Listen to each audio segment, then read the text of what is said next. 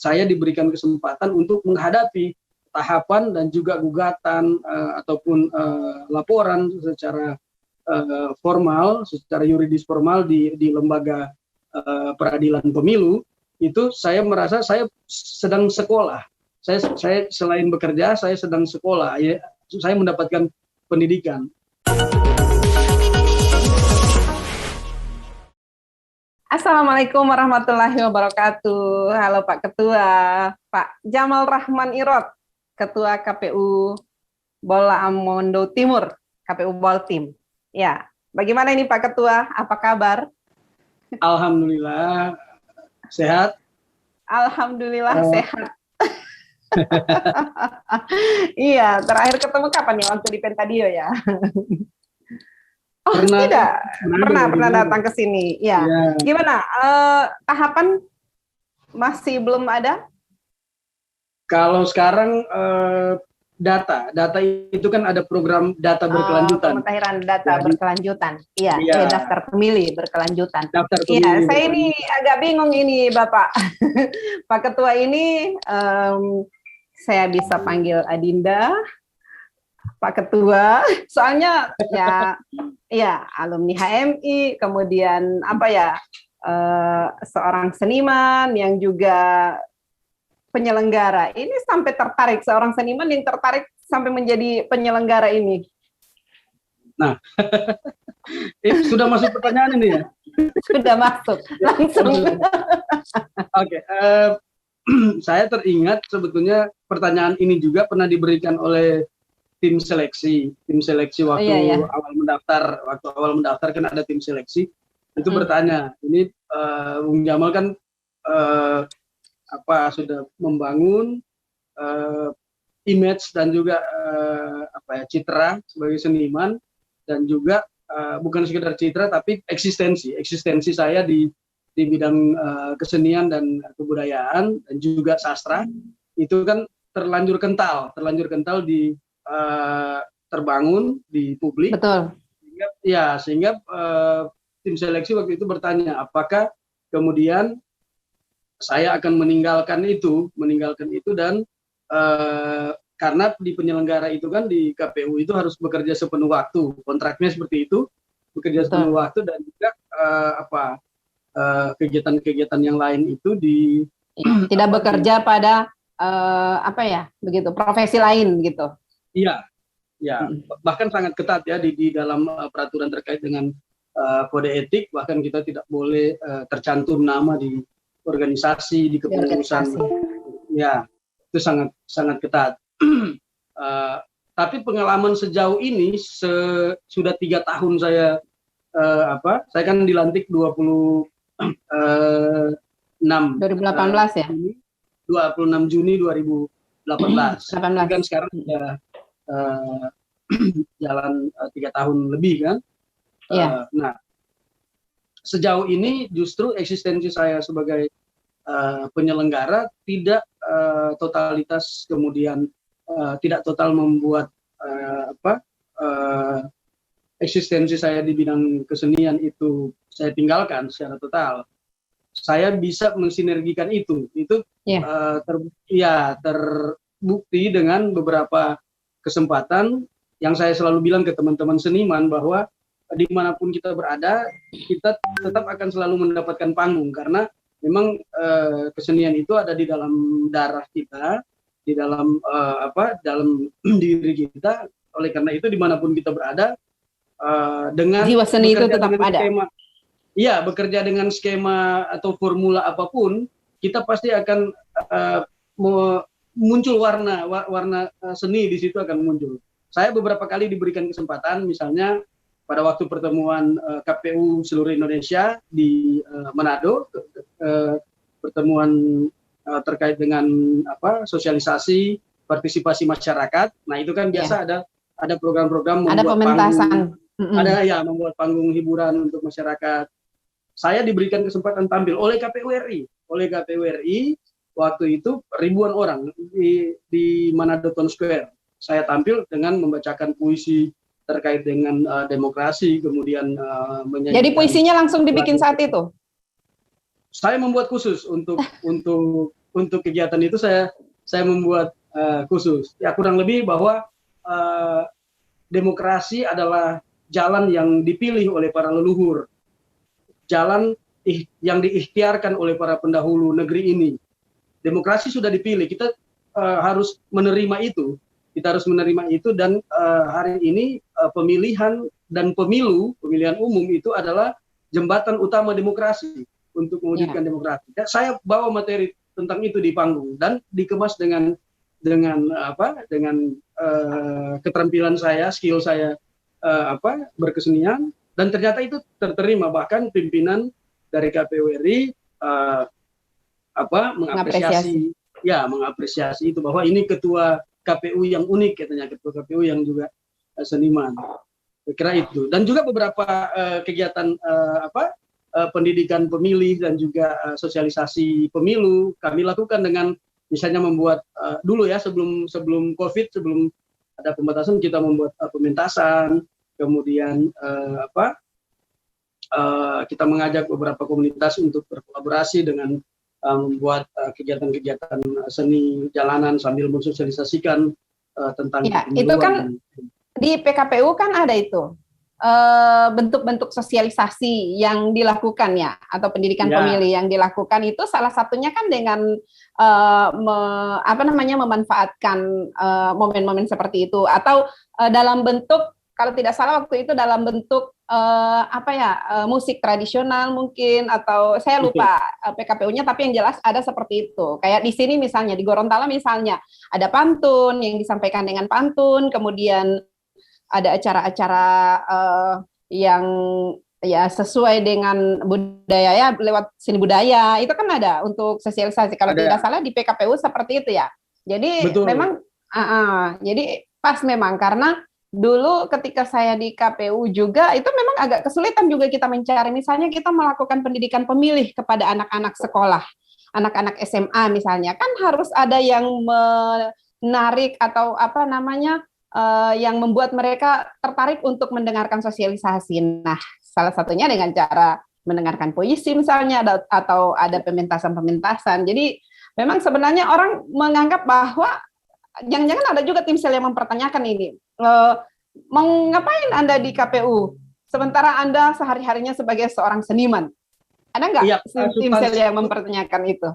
Substansi pertanyaannya waktu itu seingat saya adalah terkait dengan apa yang sudah saya bangun. Misalnya saya kan membangun rumah sastra Boltim. Saya membangun rumah sastra Boltim, di situ tempat berkecimpung teman-teman pegiat literasi, teman-teman seniman berkecimpung situ. Kemudian saya juga aktif melakukan pementasan secara dengan frame idealisme seniman ya. Nah, substansi pertanyaan dari tim sel waktu itu yang saya pahami adalah apakah saya akan meninggalkan itu. Itu juga kan adalah sebuah tanggung jawab. Idealisme penyelenggara itu kan integritas kan? Integritas. Nah, ketika saya meninggalkan apa yang sudah saya bangun, berarti integritas saya dipertanyakan. Itu substansi pertanyaan tim sel. Saya pahami bahwa yang mereka tanyakan adalah, kan saya jelaskan bahwa tujuan saya ketika ditanya tujuan Anda mendaftar sebagai penyelenggara apa, saya bilang saya ingin berkontribusi terhadap demokrasi negeri ini. Nah, ditanyakan, eksistensi Anda di bidang kesenian dan kebudayaan itu kan juga adalah sebuah kontribusi, dan Anda sudah membangun itu. Ketika Anda tinggalkan itu, integritas Anda dipertanyakan. Maka saya jelaskan bahwa saya sudah menyiapkan strategi kaderisasi dalam tanda kutip yang teman-teman yang ada di Boltim, anak-anak muda yang ada di Boltim bisa menjalankan itu, meneruskan apa yang sudah saya bangun. Dengan cara adalah saya memberikan kesempatan saya tidak mendominasi event-event ataupun undangan-undangan secara nasional. Saya berikan kepada teman-teman seniman yang ada di Boltim, teman-teman pegiat literasi. Saya kebetulan waktu launching gerakan literasi nasional, saya terundang waktu itu tanggal 28 Oktober tahun 2017, saya terundang di kantor Kementerian Pendidikan Republik Indonesia, itu launching gerakan literasi nasional. Saya terundang. Nah, kemudian ketika gerakan-gerakan itu literasi kapan itu?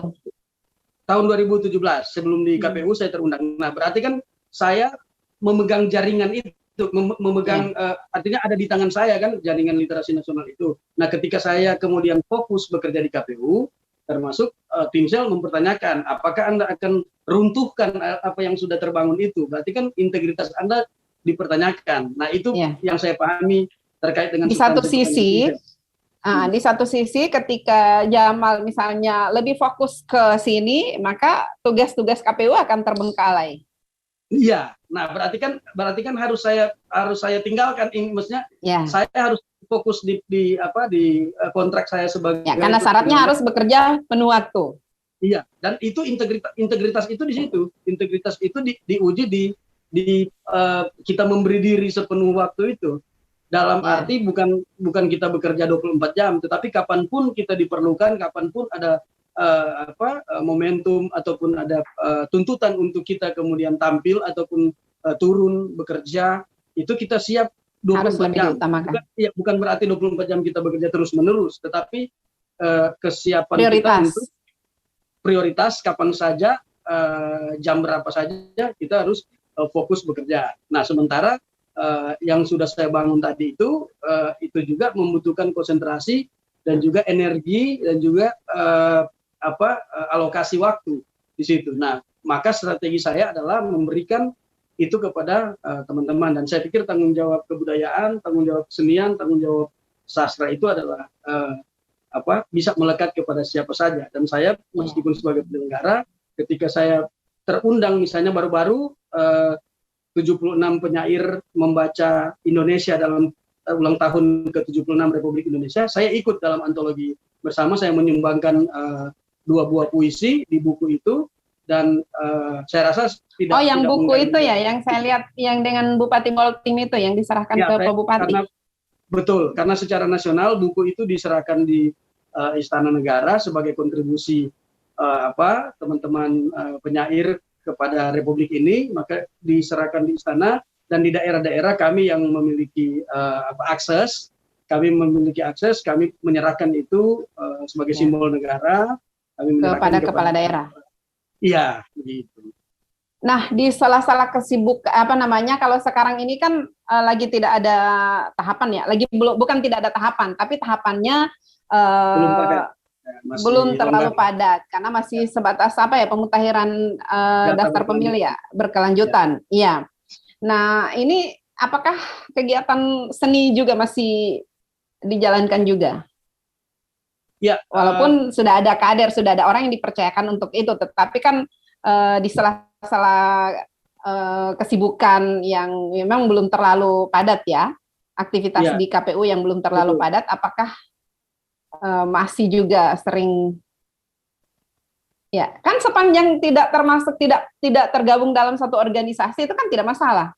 Betul. Saya ceritakan bahwa akhir-akhir ini ada semacam atribut yang dilekatkan kepada saya oleh teman-teman penyair secara nasional. Saya kan juga masih ada di grup-grup sosmed yang merangkul seluruh penyair seluruh Indonesia.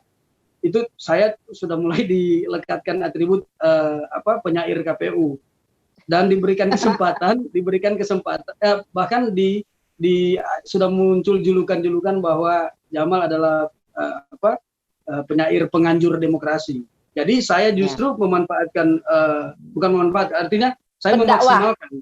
Iya, saya berdakwah tentang demokrasi di panggung kesenian. Nah, saya menjadi penganjur demokrasi di bidang kesenian, dan saya pikir itu sangat sejalan, dan bahkan di banyak kesempatan saya selain bicara tentang sastra, saya juga diberi kesempatan untuk bicara terkait dengan demokrasi, terkait dengan kepemiluan. Itu saya pikir justru saya mendapatkan ekstra panggungnya menjadi lebih luas. Awalnya memang saya agak istilahnya merasa bahwa jangan-jangan panggung saya menjadi lebih sempit ketika berada di penyelenggara. Ternyata panggung saya menjadi lebih luas. Justru lebih luas. Iya, menjadi lebih luas. Saya merasa tidak kemudian status sebagai penyelenggara itu membatasi saya, tapi memang kode etik tetap harus saya selalu perhatikan, terutama terkait dengan idealisme penyelenggara, yaitu integritas, netralitas terutama, dan unsur kehati-hatian. Unsur kehati-hatian di sini adalah misalnya sebuah kegiatan. Saya baru-baru ini diundang oleh teman yang pada kontestasi pemilu yang lalu, pemilihan legislatif, dia ikut dalam pemilihan legislatif. Sekarang dia membangun sebuah organisasi non politik, organisasi non politik, tetapi dia sangat masif bergerak. Baru-baru saya diundang dan saya menyatakan bahwa mohon maaf, saya merasa saya tidak bisa hadir dalam konteks acara itu, meskipun konteksnya bukan dalam politik praktis, secara praktis, politik praktis, tetapi orang tersebut, kawan saya tersebut itu teridentifikasi sebagai politisi, sehingga saya sangat berhati-hati, ya, dan dia pengurus partai, sehingga saya harus sangat berhati-hati, dan itu dimaklumi oleh teman yang mengundang saya tersebut. Saya kira itu saja sih, artinya unsur kehati-hatian yang harus terus saya ingat. Iya, unsur kehati-hatian, dan kalau antara dua ini, seniman dan penyelenggara, itu kan sama-sama membutuhkan idealisme. Iya, karena ya betul. Kalau menurut saya sih, seorang seniman itu tidak mudah dipengaruhi, dan memang cocoklah di KPU ya, di penyelenggara pemilu. Ya, yang penting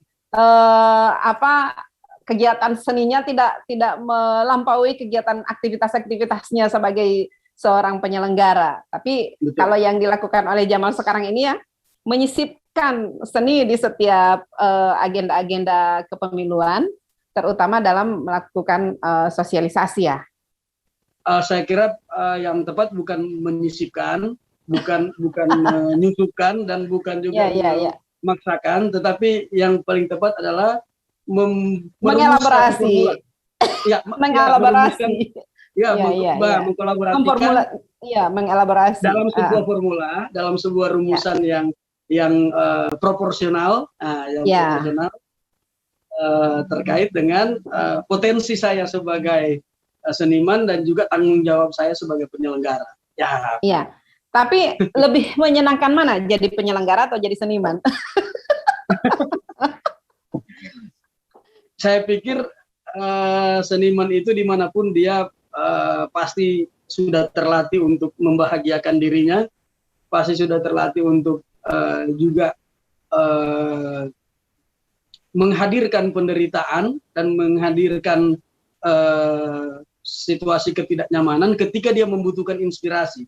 Misalnya saya ketika saya membutuhkan inspirasi untuk menulis terkait dengan ketertindasan, saya harus menghadirkan itu. Menghadirkan histori, menghadirkan alam bawah sadar saya pernah.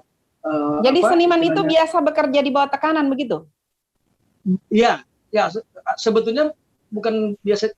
Artinya situasi yang dihadirkan sebagai pemicu imajinasi untuk dia berkarya itu memang real. Misalnya saya ketika menulis terkait dengan kaum proletar, saya pernah waktu mahasiswa saya pernah sambil belajar, sambil kuliah, saya bekerja, saya jadi pedagang, menjual koran, saya jadi pedagang di pasar, saya fight, saya kemudian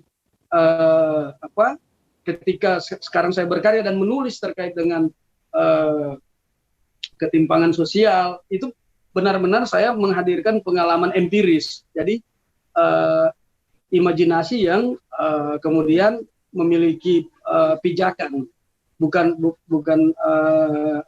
imajinasi yang terlampau liar ya, tetapi ya kita bisa berimajinasi seliar mungkin, tetapi pengalaman empirisme itu akan memperkuat substansi kita dalam berkarya. Saya kira itu pengalaman saya.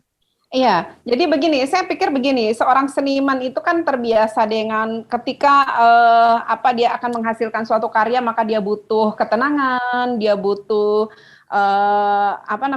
butuh menyendiri begitu. Sementara di KPU, di penyelenggara itu kan orang bekerja di bawah tekanan. Dia harus bekerja, tahapannya sudah jelas ini tahapannya, kemudian belum lagi ada tekanan-tekanan dari partai politik atau dari masyarakat dan lain-lain seperti itu.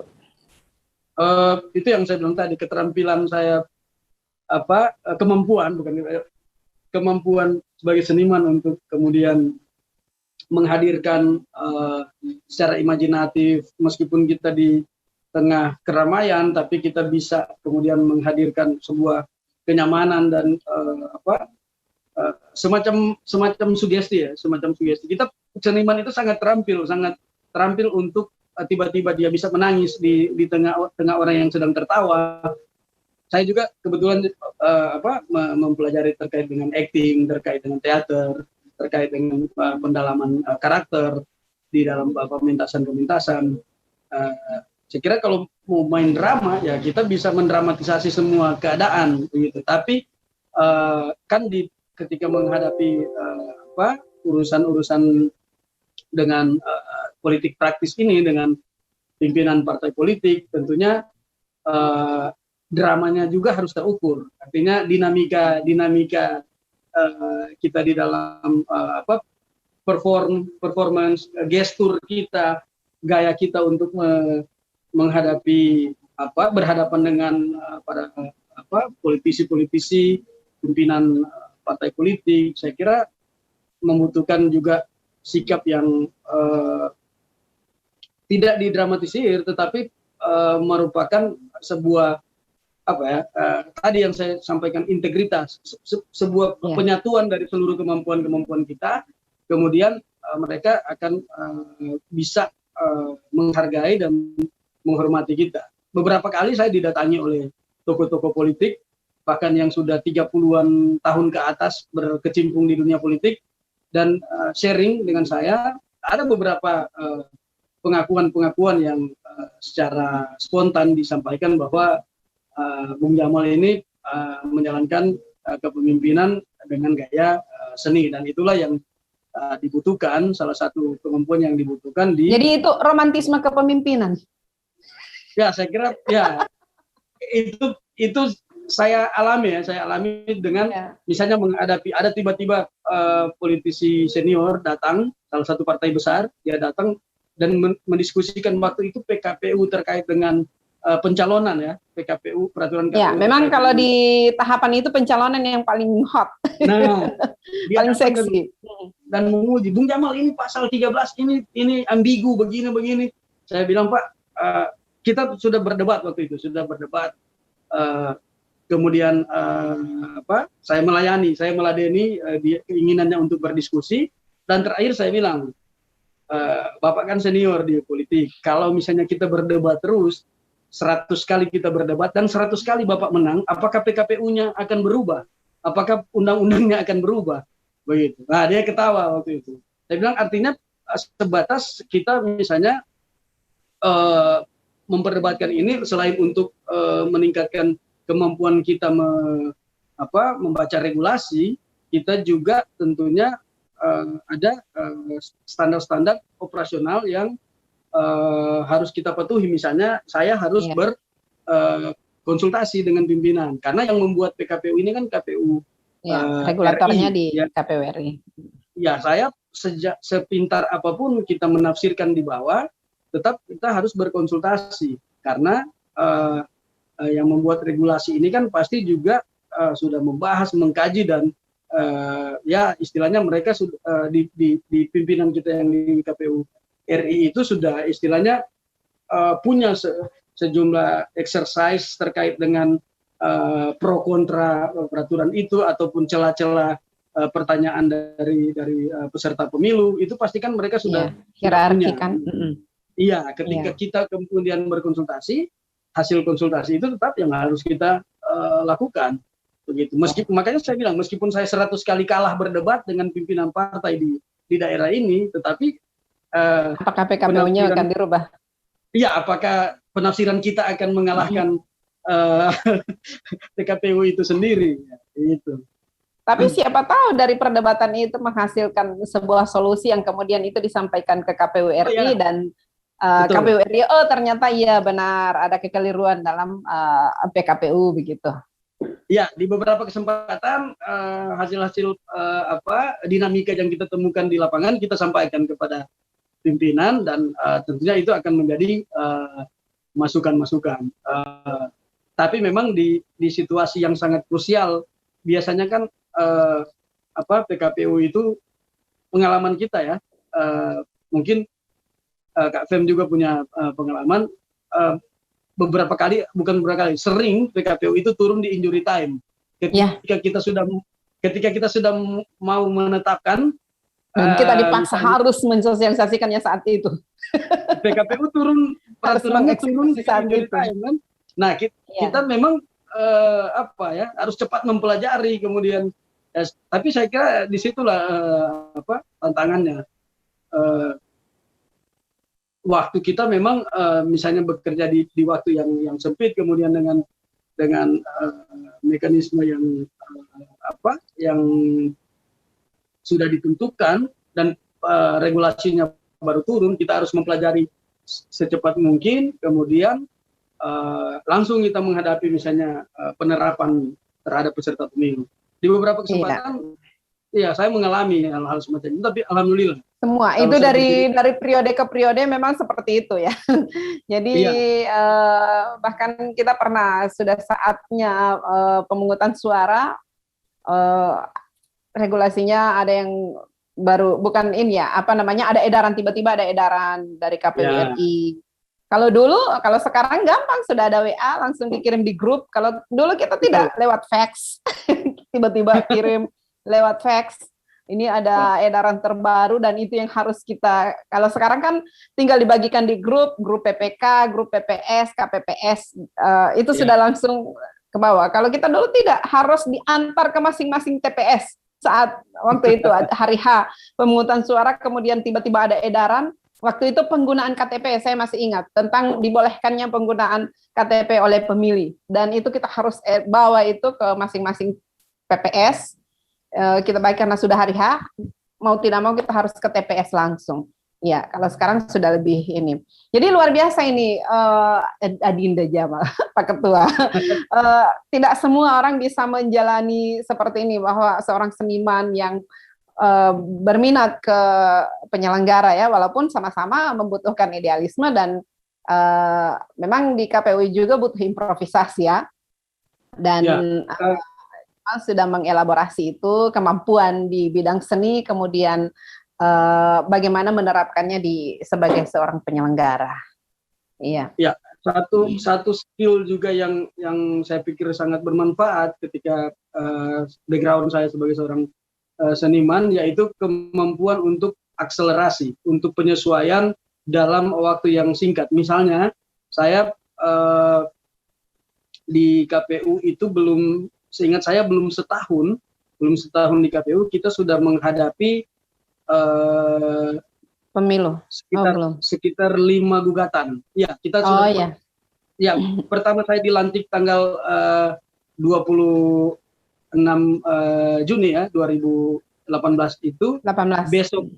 Besoknya itu ada pilkada, tapi bukan pilkada di Boltin ya, pilkada di pemilihan bupati di kabupaten kota lain. Nah, ada juga beberapa teman yang hari ini dilantik, besok langsung melaksanakan pilkada. Kita berdiskusi terkait dengan pengalaman mereka. Kemudian saya waktu itu langsung in charge untuk melaksanakan tahapan pencalonan waktu itu. Setelah dilantik, sudah kan teman-teman yang periode yang lama sudah melaksanakan tahapan yang lain, mulai dari penentuan dapil, pembentukan dapil, kemudian verifikasi partai politik. Nah, saya sudah berada di pencalonan, pencalekan ya istilahnya. Itu belum ada BIMTEK. Jadi ketika dilantik belum mengikuti BIMTEK, kita langsung diberikan edaran ke KPU, langsung belajar ini dan langsung bekerja. Nah, kemudian sementara menghadapi melaksanakan tahapan pencalekan itu kita menghadapi beberapa gugatan di Bawaslu Kabupaten ada, kemudian Bawaslu Provinsi, kemudian sampai di Bawaslu RI, kemudian sampai di DKPP. Jadi iya, dan itu di usia saya setahun sebagai penyelenggara. Dan jadi ketua lagi. Iya, dan posisinya sebagai ketua, dan saya mungkin kalian mungkin atau publik mungkin mungkin belum tahu bahwa saya di KPU itu ijazah SMA. Jadi saya kan pernah kuliah tapi 4 semester saja. Saya kuliah itu 4 semester. 4 semester itu MKDU semua, mata kuliah dasar umum semua. Jadi saya sebetulnya belum merasakan dinamika belajar substansi mata kuliah, karena yang saya belajar adalah ilmu bahasa Indonesia, ilmu agama, dasar, matematika, ilmu dasar, ilmu SD, IBD. Itu sebetulnya masih sama dengan pelajaran SMA. Dan kemudian maksudnya saya mau ceritakan ini bahwa saya kemudian merasa lembaga KPU yang mengakomodir saya yang ijazah SMA ini, kemudian saya patut berterima kasih karena saya diberikan kesempatan untuk menghadapi tahapan dan juga gugatan ataupun laporan secara formal, secara yuridis formal di lembaga peradilan pemilu. Itu saya merasa saya sedang sekolah. Saya selain bekerja, saya sedang sekolah. Ya, saya mendapatkan pendidikan.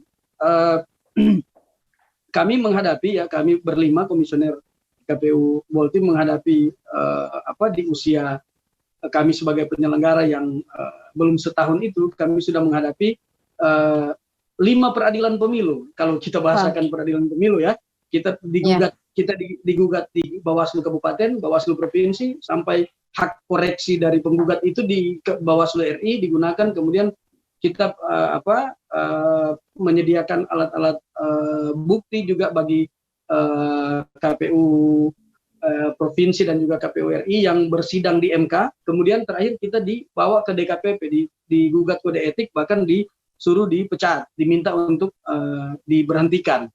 Nah, kita melewati itu di usia, dan tanpa pengacara waktu itu. Kita memang resiko sebagai seorang penyelenggara ya. Kita juga pernah menghadapi gugatan di MK tanpa pengacara. Karena memang lebih enak sebenarnya kita menghadapi segala macam gugatan itu sendiri, karena kita sendiri yang menguasai apa yang sebenarnya terjadi. Karena kalau kita percayakan kepada pengacara, ya sebenarnya bagus juga sih, tapi kan pengacara masih harus belajar lagi bagaimana kronologisnya dan sebagainya. Tapi ngomong-ngomong ini akhirnya kita mendapat pengalaman secara empiris ya.